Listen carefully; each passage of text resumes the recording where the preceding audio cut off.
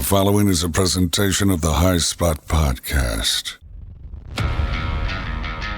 Making their way to the ring, talking about the world of professional wrestling, the team of Jeff Martin and the trendsetter Bryan Perga, the Jersey Wrecking Crew.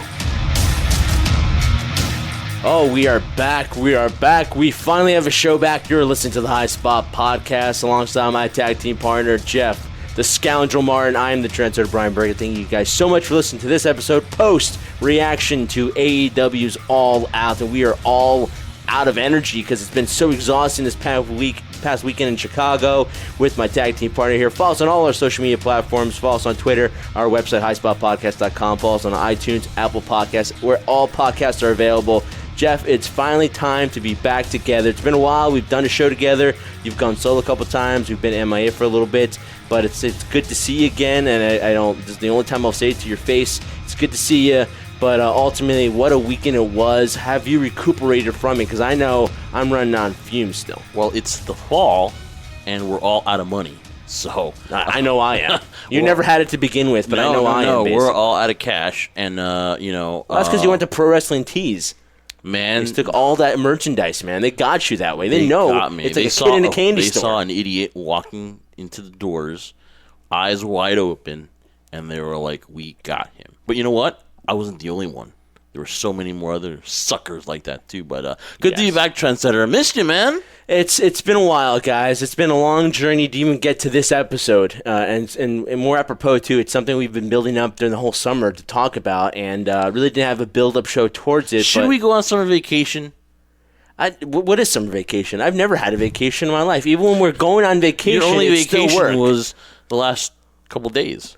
Yeah, I don't even call it a vacation, dude. Like, my vacation was I have a chance to sleep more than 8 hours. That's my vacation, seriously. You know, as much as we did enjoy the Chicago area and where we were for All Out, and it was a beautiful hotel. Schaumburg, I'm in love with you. I love the town of Schaumburg. Great town, guys. If you have a chance to visit, definitely visit. It's about 40 minutes away from downtown Chicago, so you still have the ability of enjoying the sights of what Chicago has to offer. But Chicago is nice. It's nice. I wouldn't want to go there in the winter, but in the summer it's pretty nice. Yeah. It's pretty good, and you won't go hungry. There are a lot of places to eat in Chicago that you'll enjoy food there. But it was a great time, a little relaxing. What is as intense as before, but still, it's work. But again, it's something we enjoy doing, and the whole build-up was for All Out. And I gotta tell you, we'll talk about the pay-per-view and the event itself. But once it was over, it was kind of like when you build up towards Christmas. You build up this event, and now it's over, and you're like, all right, now what? You have to wait till next year for something like this to happen. Now, the last time I was on was SummerSlam. Yes, and it was good to do a show. And then I was thinking post-show? Ha! Hell no, we're tired. Then we're going to do an all-out post-show. Ha! No, we're beat. By the time we got there, we were flat-out tired. Well, talking about SummerSlam, though, I mean, you did a great job building that show up. But again, you were in a tremendous amount of pain. Oh, the back. I talked about it. I got a response from somebody about the back. A lot of the crew of the High Spot Podcast were showing their concerns of you dealing with it. How are you feeling now physically more than any from where you were before? I am a mess, but I am maintaining. You're a hot mess, though. I'm a hot mess, but I'm maintaining. And the road to recovery, hopefully, I get better. But right now, I'm pain-free. Good. So that's great. Besides talking to me, though. Yeah, no. And we'll talk about the other things later on in the show because we don't hide secrets and stuff like that. So we'll get into that. But we got a great show for you today. Brad Shepard, the Notorious Brad Shepard will join us. It's been too long. I know. He's the most lovable guy in wrestling today as far as newsbreakers. Everybody loves Brad, right? No.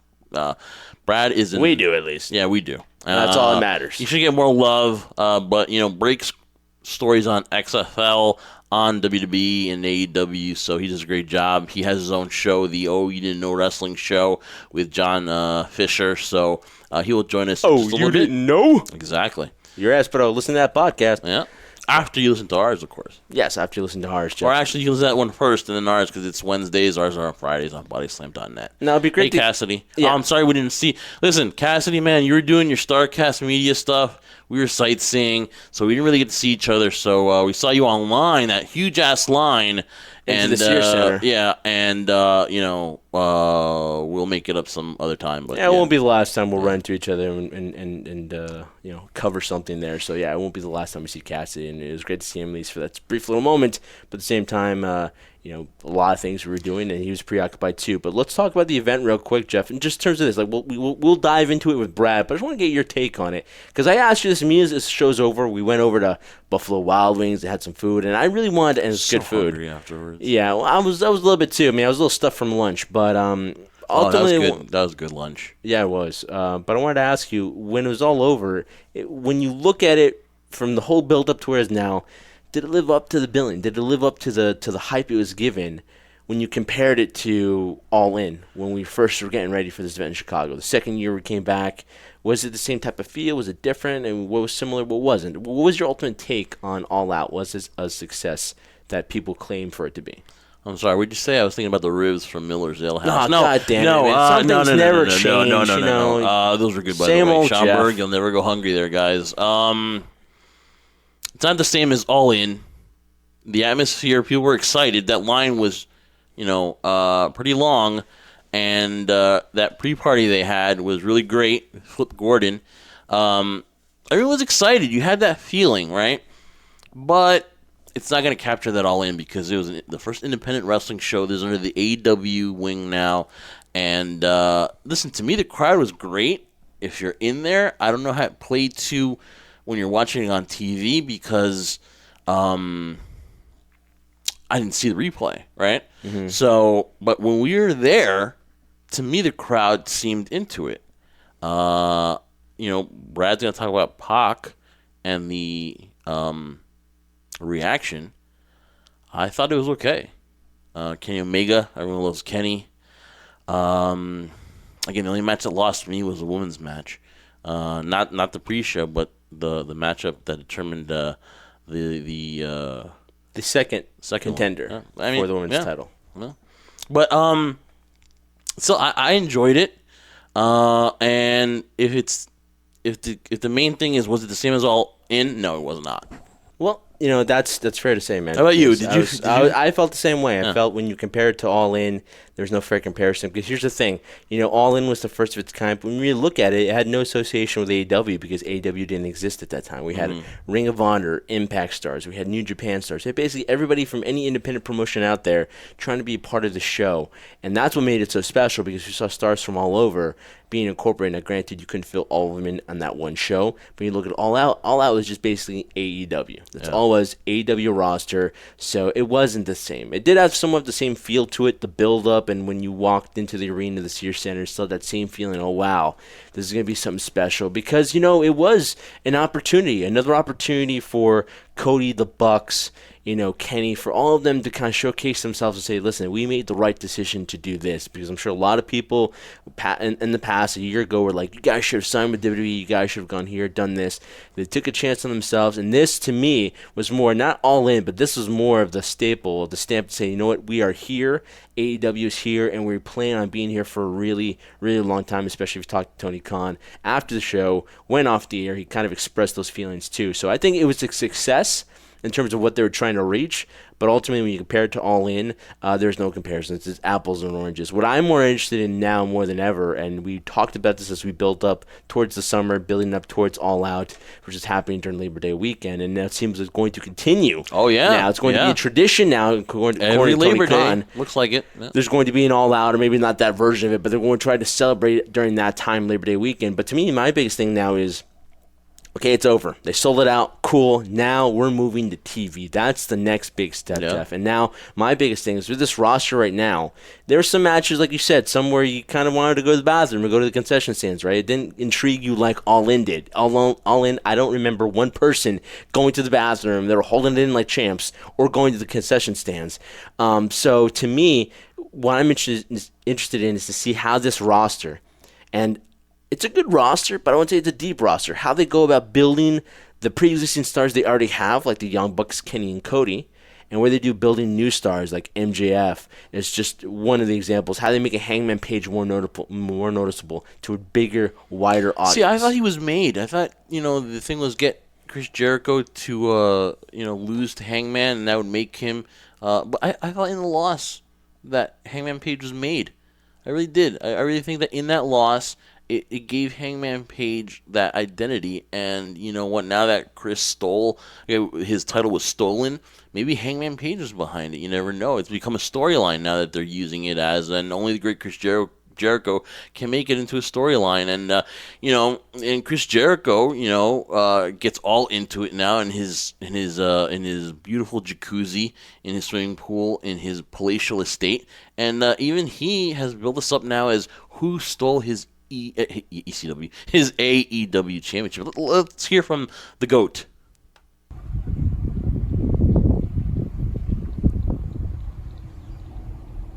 Hi, I'm AEW champion Chris Jericho.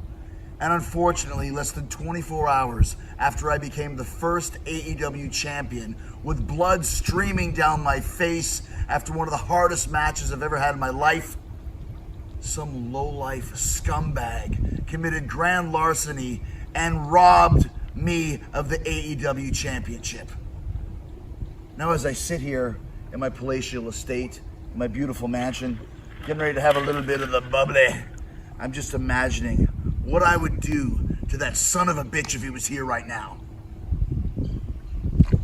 And as a result, I am launching a worldwide investigation using the top private investigators in the world today to find out who committed this crime. And trust me, as the AEW champion, as your Le Champion, I promise to regain and restore and find and reclaim the AEW championship. And once again, give you another reason to finally give me the thank you that I deserve. You're welcome. Wow, so he's not short on the remarks. Now, it sounded like he was in the middle of Hurricane Dorian, but it wasn't. It just the audio of Chris Jericho. But man, that's awesome. He's gonna have an investigation. It's gonna be a big story angle, and I don't think we've seen the last of Hangman Page too in the title picture. And again, Hangman to me was made that night by Chris Jericho just because of the level quality of match. And believe me, Hangman Page will be that champion before you know it. This is just that credibility going into a big TV network that you need heading into it, and Chris Jericho is that name, that marquee name, that pop culture name that you need. Well, I appreciate the enthusiasm, Jeff, but I wouldn't say Hangman is made here. You know why? But he did get the rub in terms of that. The enthusiasm of, yes, he held his own against Chris Jericho, and then people were like, oh, you held your own against a 50-year-old. Now, the difference is he held his own in terms of being there, being in the moment, and kind of getting the crowd to invest into him. People were chanting Hangman. They were invested. They were buying into wanting Hangman to win the championship and become the first ever AEW champion.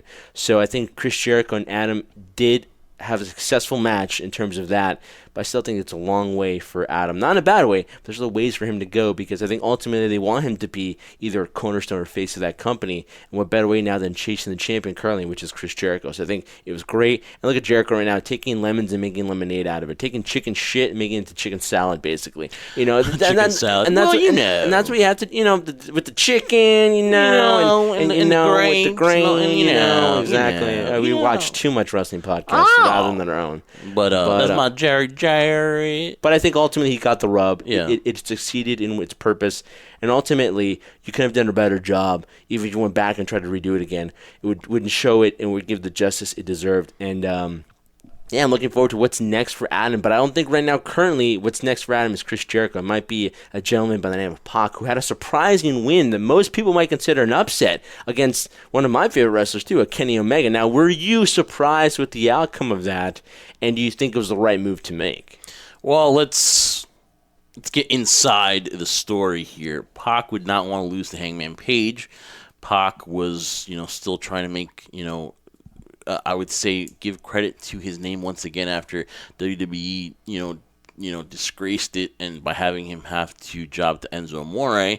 So he's trying to wipe away all that shit that WWE did to him. So obviously Pac has now creative control. Pac now has, controls his destiny as far as who he wants to compete against, and it just didn't work against Hangman. Now Kenny again because they want to build Hangman to this match with Jericho eventually, so they don't want him to take the loss.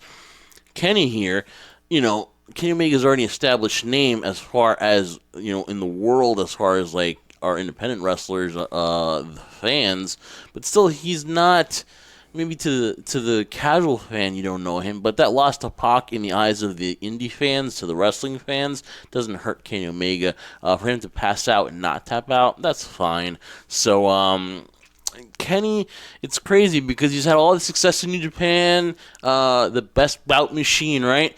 And for him to, it's not like a losing streak because he's won at Fight for the Fallen, but it's just like uncanny, like the last, months for him. So, but despite that, did it shock you that he ended up, the way they built it was that he didn't tap out, he passed out to pain. No, they were in a bind. They were in a bind, and they needed Pac. Once Moxley was out, they needed another name. Pac was the guy that, would have a great match with Kenny. They had a great match, and, you got to give a little here, and there's no way. I'm pretty sure Pac was okay with winning by, Kenny passing out. So, do you think the results would have changed if Moxley was in this position? If Moxley didn't call out and Pac didn't fill in for him? Yeah, will we have Moxley go over on Kenny?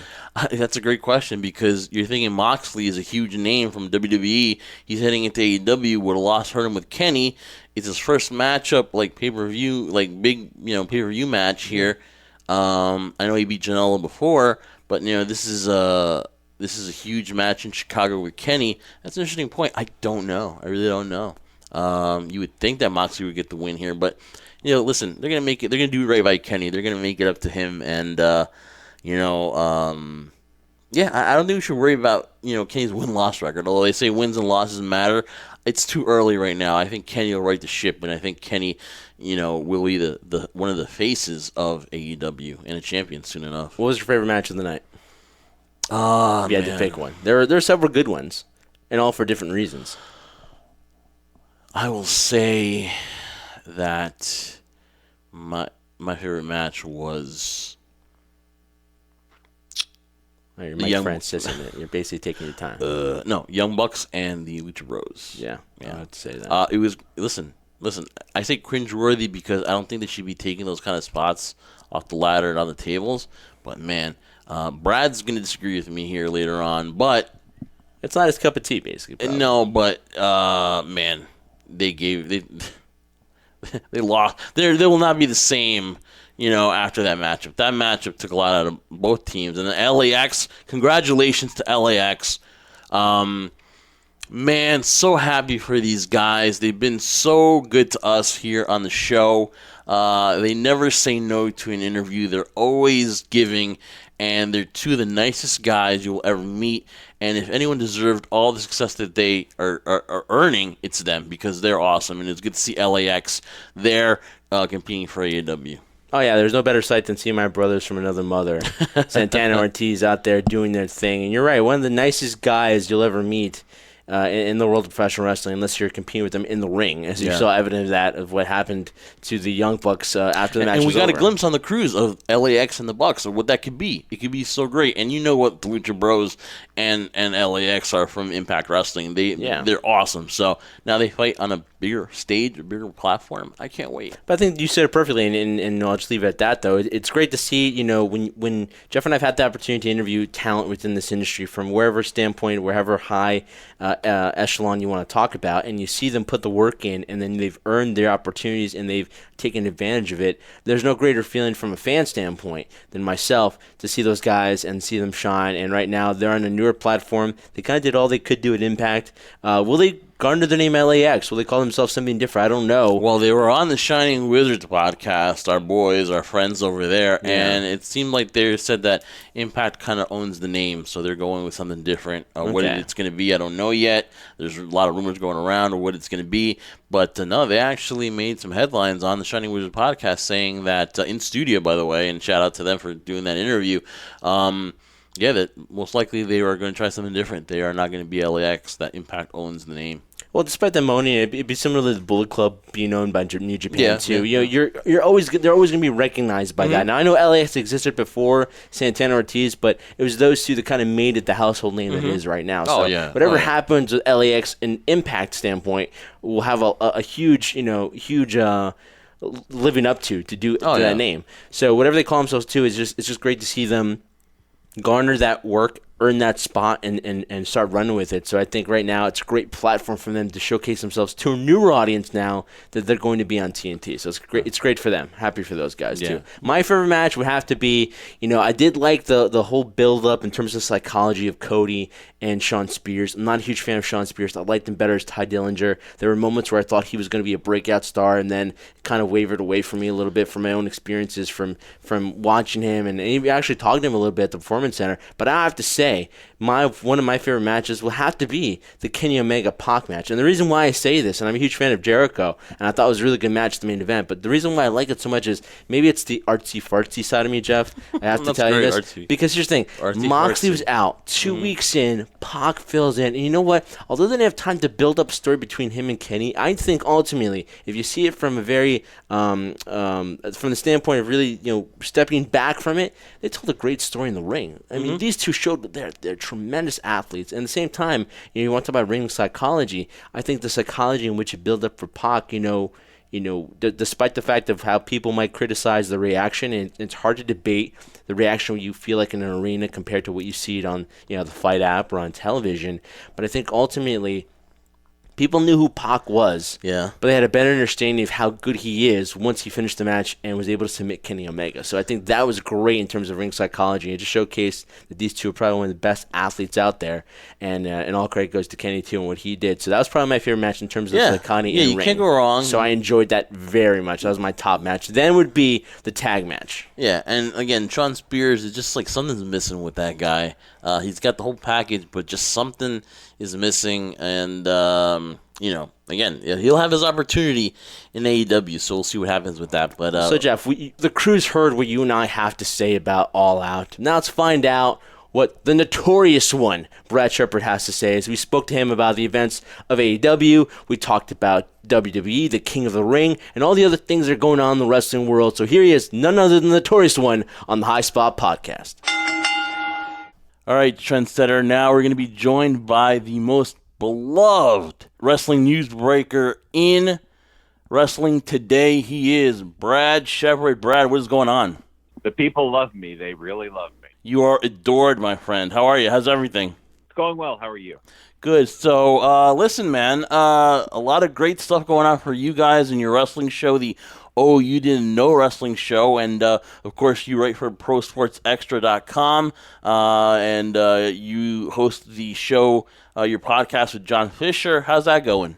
It's really going well. We just started our Patreon, cheap plug there, for as low as $4 a month. You can join that and get a lot of extra cool content. So we're kind of taking it to the next level. We're getting good support, and that's really nice to see.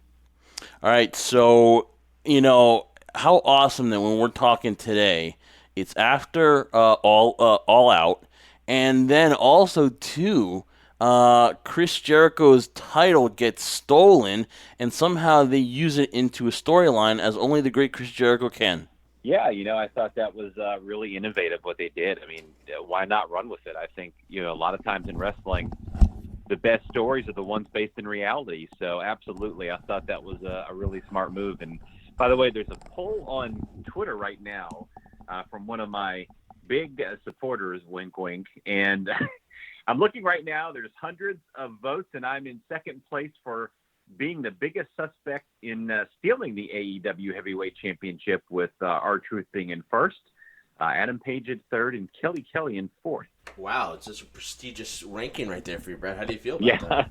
I'm honored. When you try to compare it, and I know there'll be comparisons there that people are already talking about, to All In, where would you say the success rate of All Out is from a show together and from something that's going to be leading down the road for future events that are going to happen during Labor Day weekend? It's a great question. I think All Out was pretty much exactly what I've been seeing consistently from AEW.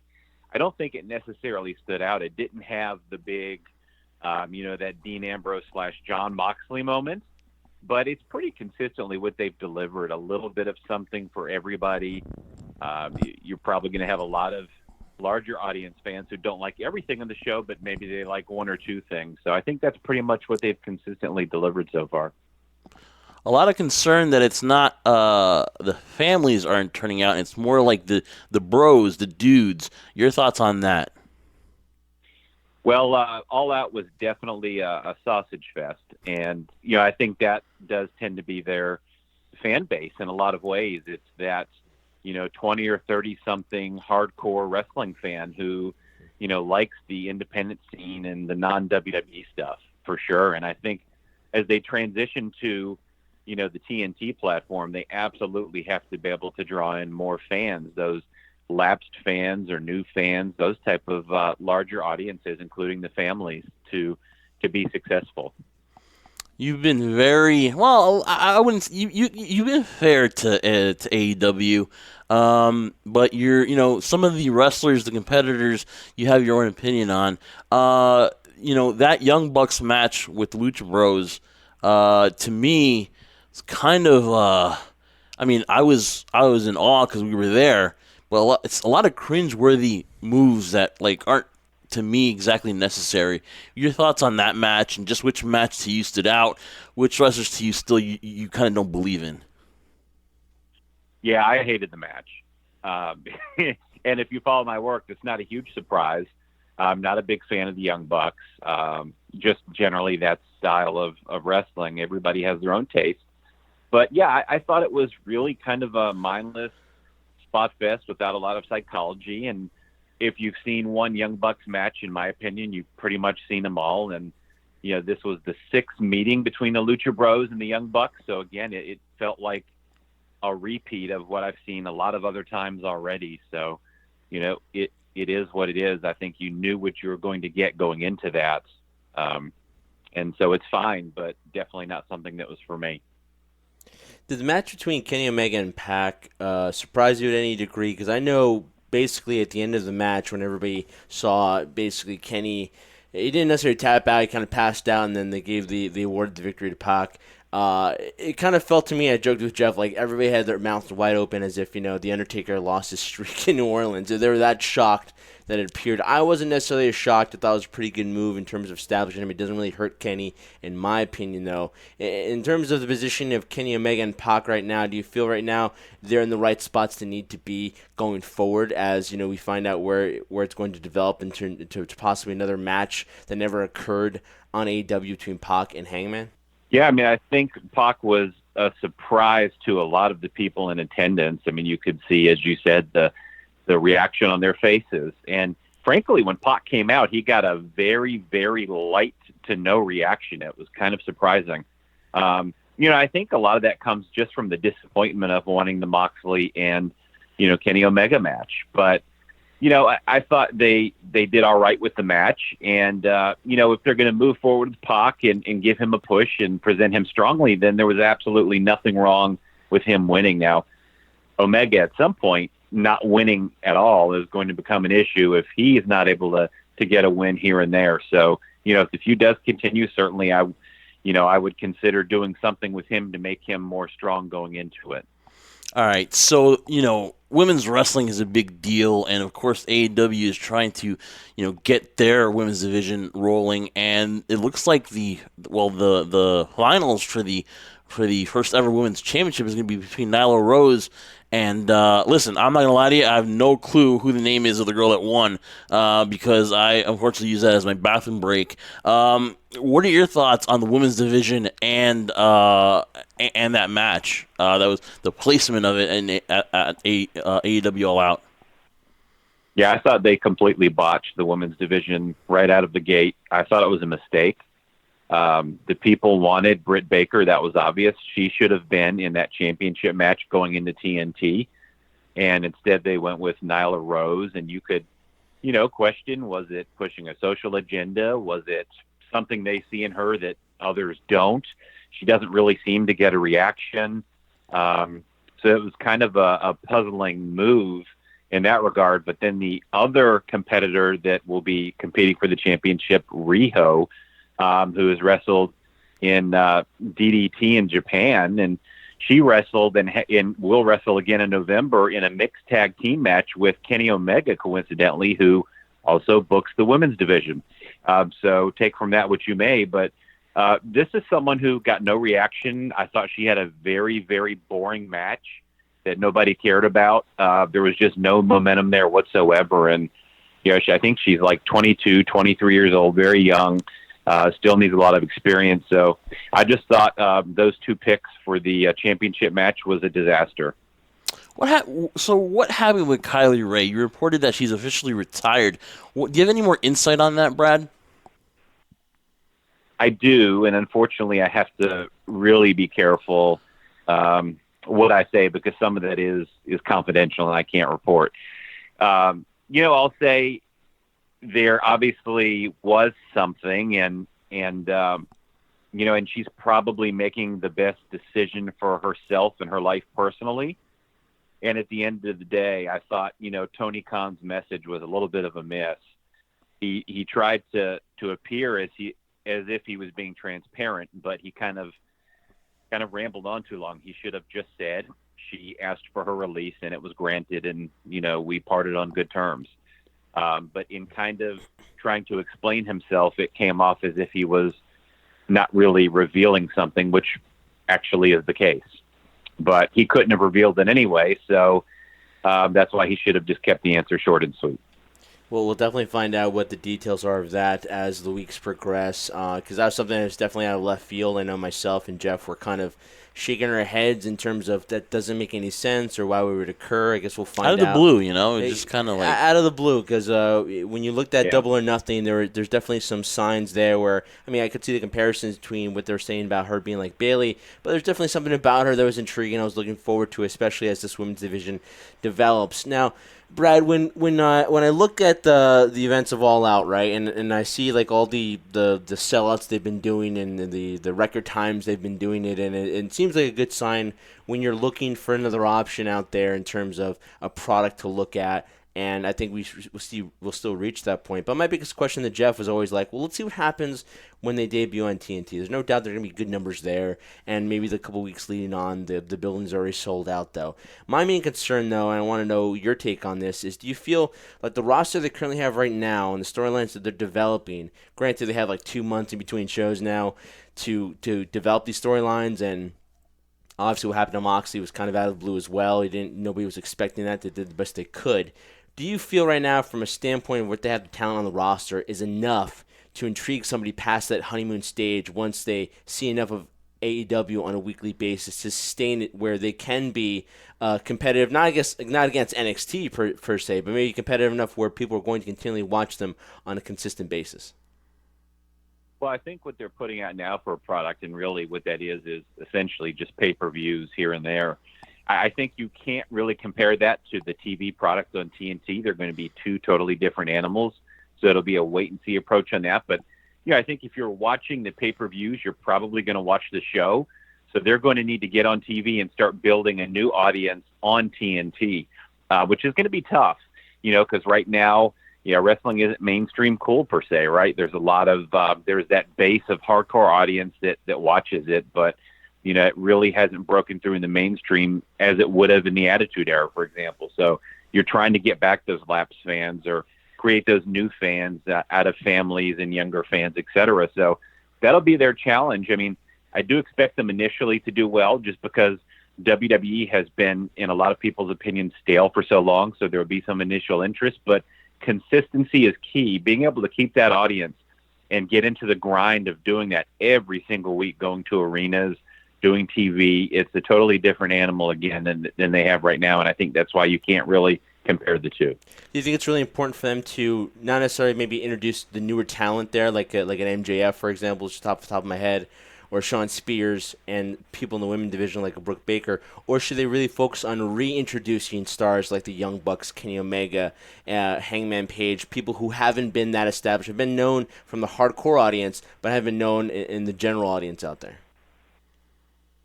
I think they should establish whoever they're going to push the strongest, whether that's someone that may be well known to the hardcore audience or not. I think that's what ultimately they should do. you look at the Young Bucks, and sure, they're well known by, a specific audience, but at the end of the day, if you're going on TNT, there's a larger audience. For example, when you look at people who watch WWE that really don't know the Young Bucks.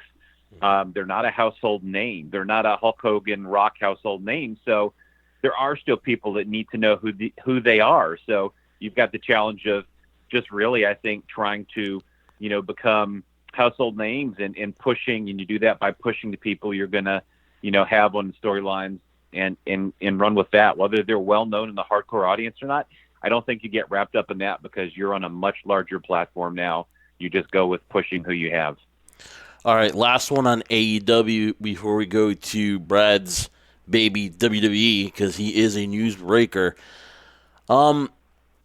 Did you think it was the right decision to have Jericho become their first champion?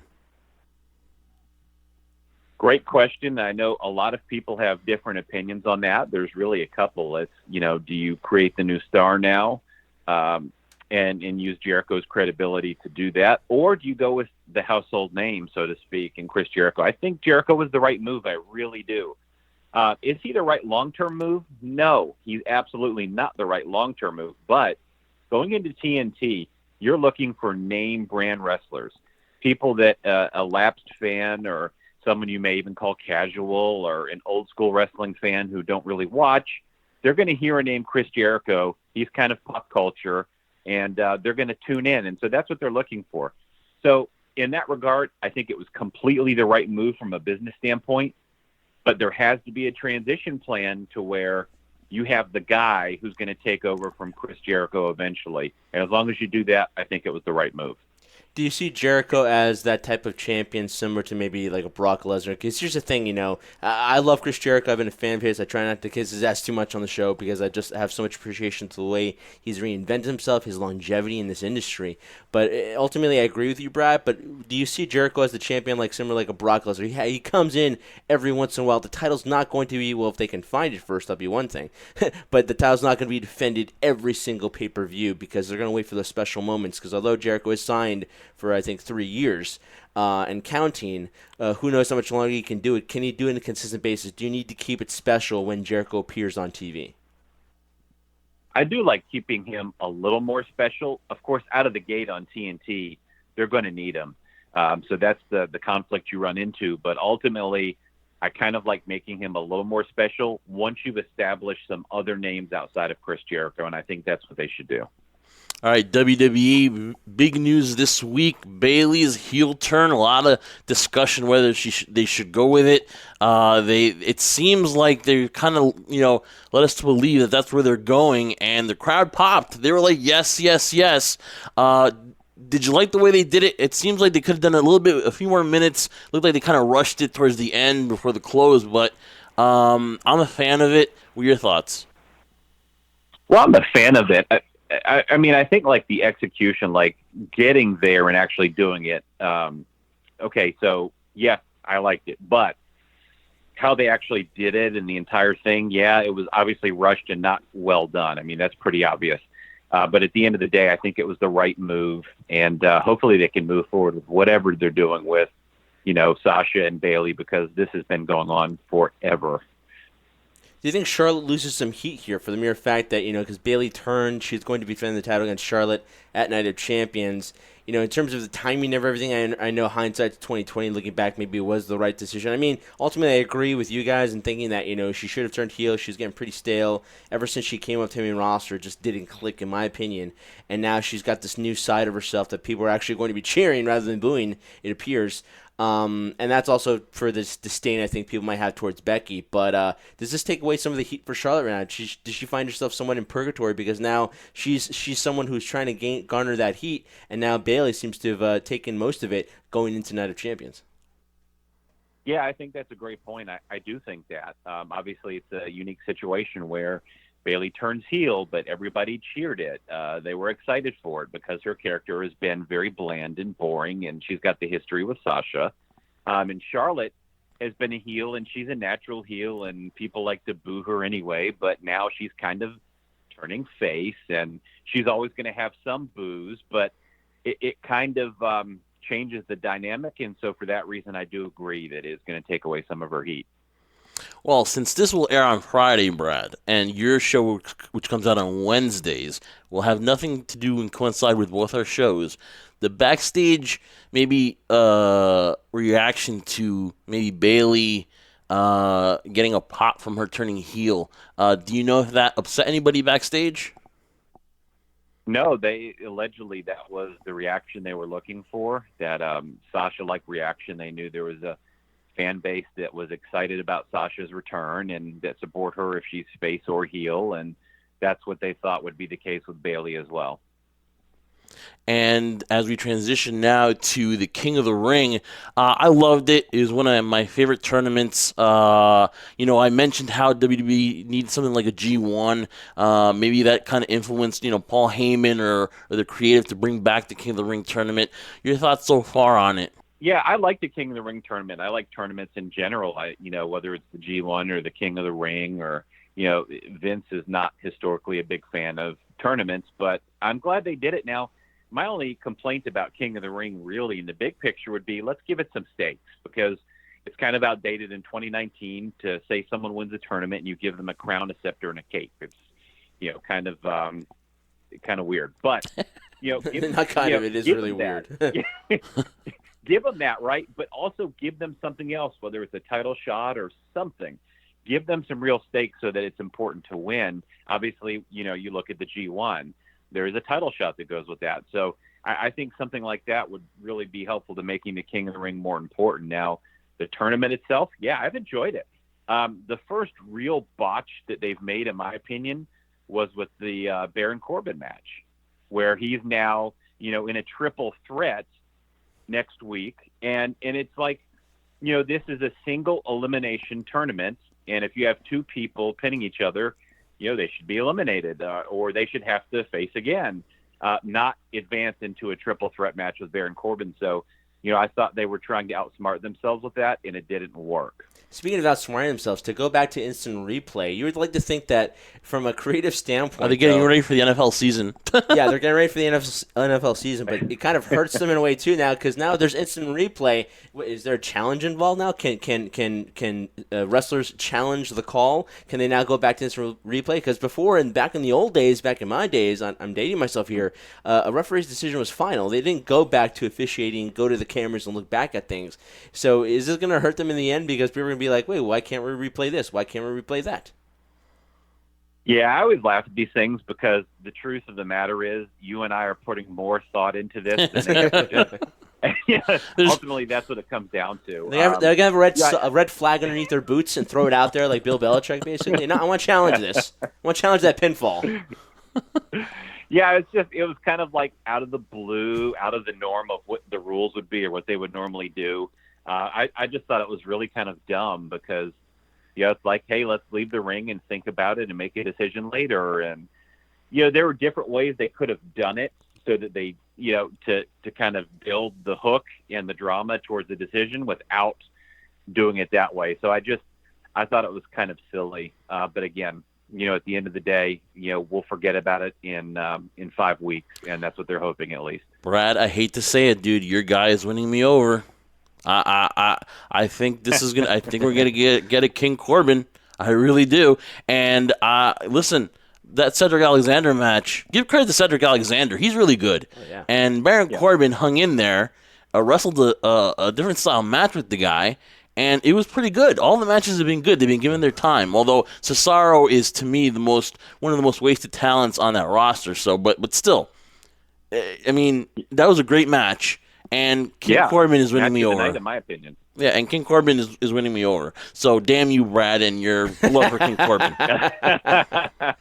Well, you called it. He said Superstar of the Year. Yeah, I know, and year's not over yet. Yeah. Hey, he's good. I've been saying it. I've been on the Baron Corbin bandwagon since NXT. You started that. I'm glad to see him getting a little shine. You started that bandwagon, and we're all jumping on it now. I mean, the real wrestlers Hey, and speak everything. for yourself there, Jeff. Hey, I give Baron Corbin credit right now, but I'm not completely sold on him just yet because here's the thing. As talented as he is, I still don't know if I'd be paying money to go see him. Maybe I'd see him to lose. Maybe that may be a thing. Start from there. But, again, it still garners the fact that, yes, he does garner that emotion. You hate him. He plays the perfect heel. You despise, you loathe him. And that's what he does. That's what he does a great job. Yeah, and you're going to hate him even more when he wins that triple threat match next week in Madison Square Garden. They're going back to Madison Square Garden, Brad. It's been a long time coming. You know that the G1 Supercard was there. You're going to have Union workers over there, too. yeah, you're gonna have the CMLL. I think they're doing or the AAA. Some show is gonna be there in a few weeks there, and now they're going back there. Big show, Undertaker, Stone Cold Steve Austin. Your thoughts on WWE going back to MSG? Well, they want to play nice again with MSG, and they're going to put on a big show. And yeah, they want it to do well from an attendance standpoint, so they're bringing out the big guns, all the stars of yesteryear again. So. I get that completely, but at the end of the day, it's a tough thing, right? I mean, you look at, for example, SmackDown on Fox. They're doing the same thing. They're bringing out the big guns, the stars from yesteryear, the Stone Colds, the Undertakers, all of those people. But at the end of the day, they're not going to be there every week. So, why are you really advertising that the first week of the show when next week people tune in? They're like, okay, where the hell is Kurt Angle? Where's John Cena? Where's Stone Cold? Oh, they retired 10 years ago. Okay. So, that's where they went. Thing, but okay, I get it now. There's no time machine. Yeah, but, Stone Cold's not coming out of retirement. Yeah, so people can stop believing that he's got one more match left in him. Please let it go. Put it to bed. Well, honestly, neither is CM Punk coming back. If you're either. Vince and WWE and you're like, well, listen, Ring of Honor and New Japan aren't going to sell out MSG again. I don't believe. I think it was a whole, piggybacking off WrestleMania and then thinking that the Young Bucks, Cody, Kenny were going to be there. It was still a good show, but I don't think they would have to worry about another show selling out like that. I think it was had the Bucks, Kenny, Cody, Hangman hung around, maybe it would have been something. But I think their main threat now is AEW a little bit as far as another show that could sell MSG, and maybe that's why they're trying to play nice. Well, speaking of that, Jeff and Brad, I wanted to ask you this question too. And Jeff was just talking about AEW being competition. Now AEW's never come out saying that we're competing directly against WWE. Shots have definitely been fired back and forth between both companies. But at the same time, when you look at the move from NXT now moving on to the USA Network, getting off the WWE Network, and now rumors that I've been hearing that they want NXT UK to possibly to work out a deal with FS1. So you got SmackDown Live, possibly NXT UK, then you got Raw and NXT on Wednesdays. Do you think, how much of it do you feel, I mean, I kind of think it is a direct result from AEW, but how much do you think of an influence is it that Vince now says, you know what, I'm going to nip this in the butt before it becomes an issue now, so I'm going to directly put my show on Wednesdays to compete with AEW on TNT. How much of it is a direct result of them noticing an influence from AEW, or how much is just circumstance? Yeah, I mean, Vince is a cutthroat businessman. Everybody who has followed the WWE for a long time, going back to the Attitude Era or when he, put the territories essentially out of business. I mean, everybody who's followed that knows that he really is cutthroat. So, if he feels there's going to be any sort of competition, he would definitely try to squash that. At the end of the day, they were absolutely going to put NXT on TV, but the timing of it as far as, when it's going on, and also, the fact that it's going to be opposing AEW. Sure, they're already on Wednesday nights, but there are probably other nights they could have gone on TV as well. So, but if they go on USA, they can do Wednesday nights. If they're on FS1, Fox, they can't necessarily do that because of sports. But, I think absolutely it's strategic when it comes down to the details of the day of the week, et cetera. But just in general, putting it on TV, no, that's part of a larger business plan they've already had in place. So what happens to the network then? Because the majority of it, people would watch NXT and UK on the network now. Does that become just a site now where you're watching the events like SummerSlams and WrestleManias now and just regular content, or do they plan on putting anything else on the network to replace what they're taking away from it? Well, I think that's where the tiers come in. I mean, obviously there are people who have the network just to watch the pay-per-views, and then there are people who do have it to watch NXT. And you're right, that's a good point. That's an audience that, obviously it'll be on the network, but, you'll have the opportunity to watch it live. So do you really need the network anymore? But if they have that tiered approach and they add additional content, then, they should be okay. Now, the challenge here and the thing that's always been puzzling to me about their business strategy in the network is you look at Netflix, for example. Netflix used to have old movies, old TV shows, and Netflix really did used to suck really bad, because it was just a bunch of old crap. And so what Netflix figured out is, hey, we need new, fresh, original content. We need to create our own content on our own streaming platform to get people hooked in. And that is what WWE has failed to do. They did Legends House. It was good. They did one season and stopped because of production costs. They had a chance to do Steve Blackman's Bounty Hunter show. They turned it down. That's the kind of thing they need to do. That's the kind of content they need on their network to keep people subscribed. And I think if they do a tiered approach, that's a perfect opportunity to do something like that. So I think that's what they have to do. They have to add more original content. And now they're getting into our world, Brad, because now they want to dominate the podcast world and eliminate the You Didn't Know Wrestling show and the High Spot podcast. Yeah, they're intimidated by the High Spot podcast. Yeah, and the You Didn't Know Wrestling. And You Didn't Know More podcast. so the You Didn't Know Wrestling show. But listen, Brad, I know you got... Well, I'm sorry, Jeff, for trying to put us over, okay? I'm sorry. Brad's already over, man. Give me a break, dude. Seriously. Anything on that you've heard on the podcasting? Or, it's going to be the kiss asses that'll get their first shot to be on their show? Well, yeah, I mean, I would presume so. Yeah. Because he knows going for. Fred knows what we're talking about. Yeah. I mean, you know how it works. Yeah. But they're looking for, and I was told this is an exclusive here, so I will drop this on your show. So you're the best, Brad. Love you. So they're looking for new ideas to create excitement around the product, obviously, which includes the podcast network. And so a source admitted to me they are way behind on that. Like, they realize they're entering the podcast game really late, but they're also considering some other ideas. I was told some of them are genius, some of them are stupid. One of them is an official WWE fantasy league they've considered for next year. So I thought that was interesting. That's cool. Two chair shots to the back gets a point. Is it a PPR league? Yeah. Yeah. So, obviously great stuff. I mean, Brad, you do such a great job breaking these on the XFL, on WWE. Now you're delving into a little bit of AEW, I see, with the Kylie Ray reports too. So, listen, I want to thank you for your time. I know you got to run and record your other show. It's the You Didn't Know Wrestling show with John Fisher, and you write for ProSportsExtra.com. He is Brad Shepard. Follow him on Twitter at @TheBradShepard. Brad, thanks a lot, man. Thanks, guys. Always a good time. All right, we'll talk down the road, hopefully maybe when these wars start happening at the end of October. Absolutely. All right, thanks, man.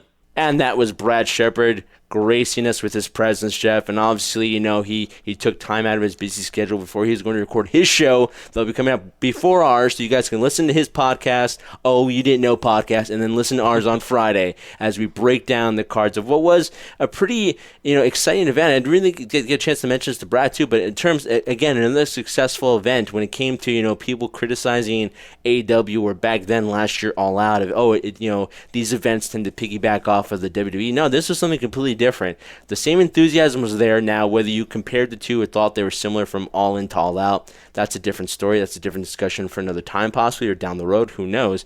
But at the same time, the same enthusiasm was there. The crowd was there. The people wanted to see this. It had nothing to do with piggybacking off WWE. So it's a great time right now to be a wrestling fan. But, it's something to get a chance to tell Brad, too. But, when CM Punk did StarCast, he said one point that I thought was very, very valid. It's like, guys, we don't have to choose. Yeah. We don't have to choose between AEW or you're a WWE guy or you're an Impact guy or a Ring of Honor or a New Japan. We can see it all and enjoy it. If we want to be oversaturated, may we OD on professional wrestling. You just make your choice that day, and then listen, I'm not gonna lie to you. I'm a little bit more curious of how I'll be first. How AEW does the first week. Yeah. I'm probably gonna watch that and then DVR NXT. That's probably because I'm curious to how. Yeah, because you always go back and watch NXT. Yeah, but still, I love NXT. So, I mean, you can watch everything. How you can do it on a busy schedule, I don't know, but you can watch everything. And it's not like the '90s where, oh my God, if you miss this, I can't watch it back on my, my VHS maybe, or something like that. But you don't have, we're really dating ourselves. Yeah, but you now. don't have the DVR. You don't have that stuff. You don't have social media where you can see a highlight real quick and then go. That's a war. Okay, in the 90s that was a war, but technology is so crazy nowadays that you know what? It really isn't a war because you have access to it, and it's and don't let them tell you that you don't because you can, and listen, that CM Punk thing, man. Go back to the Fight TV thing. That was an hour or so long. Yeah, very insightful. Whether you like him or not. Whether you say, like, oh, you walked out on your fans or all that garbage that people still harbor after 5 years, watch it because that's a genuine guy that doesn't need to do it. Will he ever get back in the ring?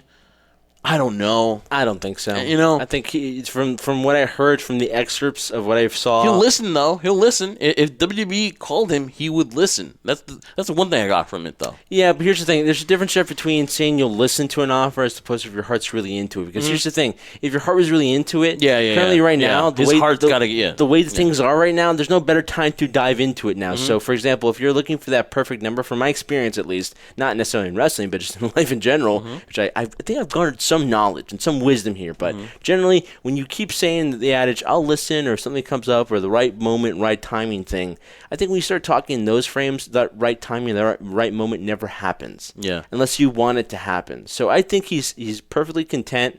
I think there's maybe a small little itch that he scratches every once in a while because he does like the involvement. He does feel appreciative when people still chant his name after being away from the ring for so many years now. I think the funniest part was when Mike Johnson from PW Insider told him that Seth Rollins and Becky Lynch had 2 weeks vacation because of their engagement and they weren't punished, and CM Punk just was blown away. He was like, "What?"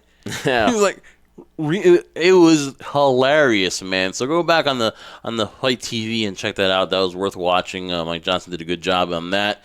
And man, I'm telling you though, love him or hate him, he is a lightning rod. And to get CM Punk after like Undertaker left and all these other names, would it be great to have him back, Jeff? Yeah, it'd be pretty cool to have him back. Will anything happen or will we miss him when he doesn't come back? No, just you know why? Because that's just the nature of the business, man. Yeah. The business continues on. So to make my point before you cut me off, yes, I think if his heart's in it, he will come back, but I don't see it happening anytime soon. I think he's content staying retired, and at the same time, why put yourself through that abuse? He's got a life to live. Let him live. Yeah, and so much for StarCast 3 being the last one. Full Gear, the next pay-per-view for... So you're telling me that Conrad, our good friend Conrad, is now dumb enough, and he said it himself, so I'm not insulting Conrad I'm saying this, but he said it on Busted Open, our good friends at Busted Open. He said, if I'm dumb enough to do another one, well, he's dumb enough to do another one. He's going to do a StarCast 4. So this wasn't the last one. And it's 4 Horsemen themed. Oh, okay. Yeah, here you go. Baltimore. There's a lot of history. Yeah, a lot of history in Baltimore. The 4 Horsemen, NWA, WCW. So they think of everything. It should be a great experience. What did you think of StarCast this year? Compared to the first one, where like, oh my goodness, there's so many names. I know there are contractual obligations now for this one too. What was the environment like in your respects too? Because we're busy, we're involved, we're running around. So I didn't get a chance to ask you, especially after the event was over. How'd you feel about StarCast? I mean, kind of like reminiscent because we're back in the same building we were before. Yeah, man. So it was nice feeling. Nothing like the first one, man. It was great. We were so busy that weekend, but again, you run into the greatest thing about this is you can run into your favorite wrestler and be like, holy crap. Everyone's walking around. It's just that atmosphere that you love, that like you get a hangover, man. You come back here and you're like, man, I just had so much fun for 3 days. And you come back here and the hangover is crazy. So congratulations to StarCast. StarCast number 4 is in the works for November. And our thanks to Brad Shepard this week. And last thing before we go, PWI 500, Seth Rollins number 1. I have no issue with that. That's fine. But when you keep guys like Brock Lesnar and Jericho off, it's like jerk off. That's staying in there. Yeah, but when you keep guys like Jericho and Brock Lesnar off the list, I have an issue with it because I don't care how long, if they're part-time, their impact in the business is so much that they need to be on there. So they should have been part of the top 10. I have no issue with Seth number 1, but Brock and Jericho should have been on the list, top 10.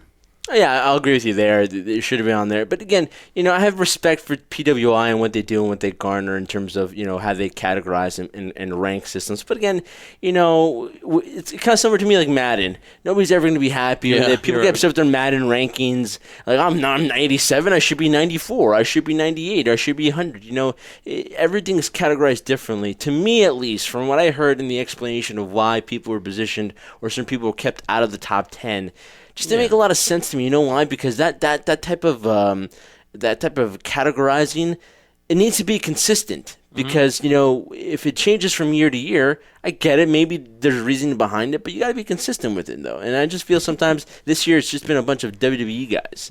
And, not like last year, man. Yeah, not like last year. It's changed a little bit. And it's not because I'm anti-WWE or I'm so Kenny Omega or Chris Jericho or, people from New Japan or Ring of Honor, et cetera, but I just feel that there needs to be a category in terms of not only the notoriety of what you do from the quality of matches you have, but in terms of, how many people you're garnering attention for. I don't know if that's you can categorize that or you can mark numbers of that too, but I think that has to be put in consideration because, if you compare anything, WWE is this juggernaut. Of course they're going to get the most attention because they're the biggest product out there right now. And Seth, hey, I'm a huge fan of Seth Rollins' in-ring work. I like him better as a heel than a babyface, but this time right now, there's nothing in terms of what I've seen him perform in that's kind of blown me away. Because he slayed the Beast, that's why. He slayed the Beast. It has nothing to do with the Beast. There's just nothing in terms of what he's garnered in terms of storyline or quality in the ring that makes me jump like, wow, what a match. Yeah, but and that's nothing again. I'm not hating on Seth. That's just my feeling towards when I've seen his work. Yeah, Trendsetter, great to have you back, man. I wish it would be great to have you back. The show is so much better with you in it. Yeah.